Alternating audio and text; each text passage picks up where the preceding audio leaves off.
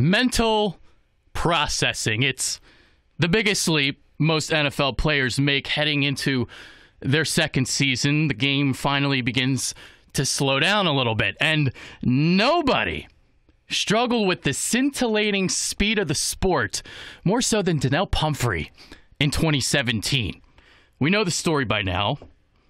Traded up in the 4th round to get him. He was the FBS's all-time leading rusher while at San Diego State. Last year in the preseason, struggled mightily. We obviously remember.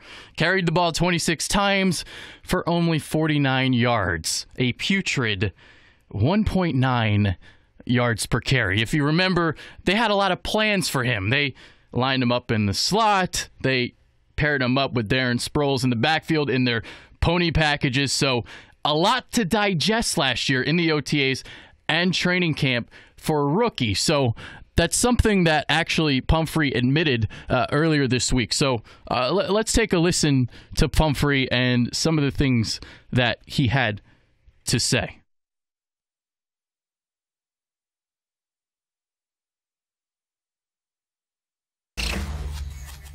First few days of camp, you look quicker, you look faster. Are you feeling it back out in the field? Oh, yeah, I just feel a lot more comfortable being out there this time around, just knowing where I'm supposed to be and just knowing my assignments. I mean, last year I felt like I was thinking a lot and really didn't know where to be, and I wasn't able to play fast. And I mean, and the strength coaches all year, just being on IR, they had me strengthen my legs and just get stronger and faster.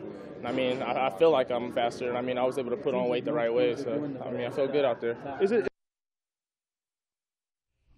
Okay, so some words from Donnel Pumphrey. He talked about gaining some strength during the offseason, and if you remember, they put him on the injured reserve, on the IR, and many speculated that it was a phantom IR situation.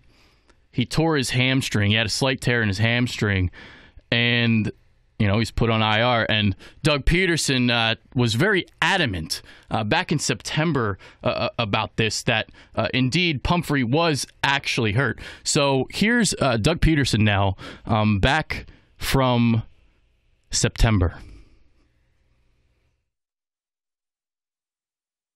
Doug, why did you decide to IR Donnel Pumphrey?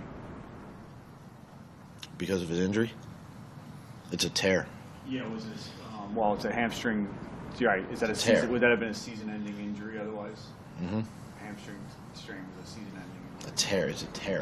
Right. So strictly because he wasn't able to play for the rest. Yes. Did it get worse from the initial injury, and did he aggravate? No, actually, it was not any indication or any part of it. Was a new injury. Do you know the grade of the tear? The grade?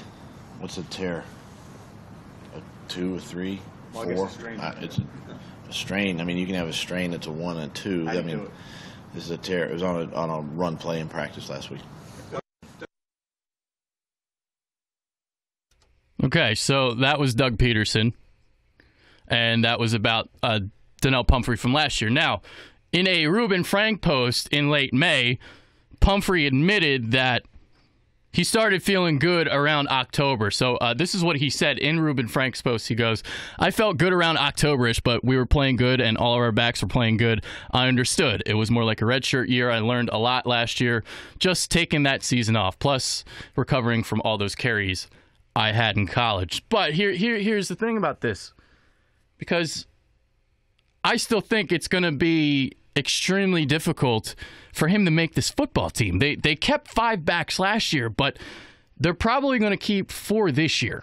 You already have 3 locks. You got Jay Ajayi, Corey Clement, Darren Sproles, the locks to make the roster. So Pumphrey, he's going to be battling it out with Wendell Smallwood, Matt Jones, Josh Adams for that 4th slot. And Mike Groh, he did state Thursday, obviously the Eagles' offensive coordinator, he said that Pumphrey is putting himself in a position to compete for a roster spot. So this is Mike Groh speaking about Donnel Pumphrey.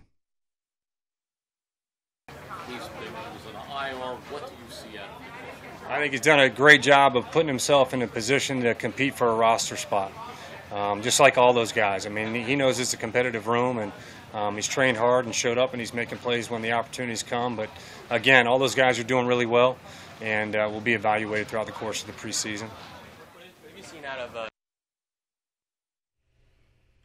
Okay. So he's competing. So here's a couple things. Okay, so, all right, great. You're putting on weight this offseason. I don't know how much weight you could actually put on that little body, but he's putting on some weight.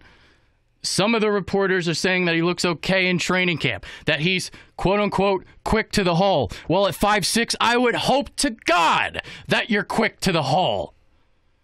See, my thing is this. This is what I've questioned, and I've questioned this even when he was at San Diego State. Is he shifty and elusive enough for the NFL? Because for somebody of his stature, he needs to make people miss in the open field. And he doesn't do this consistently. When you're lined up in the slot, you got to be quick in and out of your breaks. And I don't see the suddenness that you need. The other dilemma here, Pumphrey is not a power back. Josh Adams, Matt Jones, these guys are the power backs. They have to make up for the loss of LeGarrette Blount. So you need a guy that can kind of run between the tackles. So I would think an Adams or a Jones is more valuable than a Darren Sproles. Or not Darren Sproles, Donnel Pumphrey, I should say. So unless he makes this quantum leap, a significant leap forward this preseason, he looks so phenomenal that you basically have to keep him. That's really the only way I see him making the roster. The other way is if he really does take these strides as a receiver, if they kind of want to have him be this hybrid running back / slot receiver, maybe they keep him as a receiver, so you keep 4 backs and you kind of have him slotted as that hybrid. I don't know. But for me, I don't think he's shifty enough. I don't think he's elusive enough. I think Donnel Pumphrey's going to get cut. That's my opinion. Let me know what your thoughts are below. I'm Adrian Fedkiw. I'm out. Take care.